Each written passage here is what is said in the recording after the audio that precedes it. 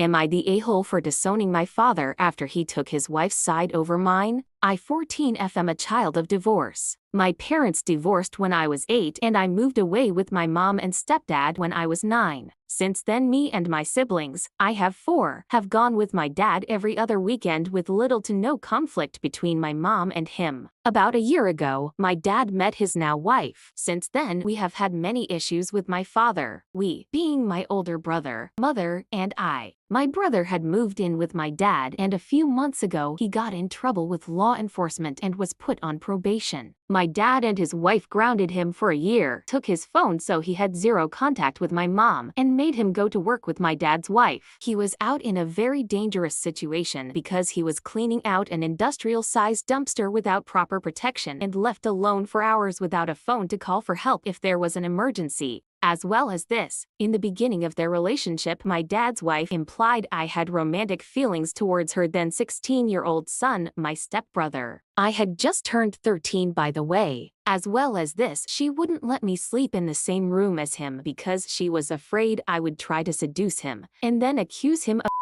and ruin his life for attention. I had known her for like 3 months and never had feelings for my stepbrother, though I love him dearly because he's a great brother to me. I stopped going with my dad on his weekends a few months ago for various reasons, including the ones I listed above. My older brother moved back in with my mom and stepdad also. My dad and his wife got a restraining order on my mom because she came to get the kids after their visit with him, and his wife panicked and called the police, saying my mom was harassing her and tried to charge her with aggravated assault.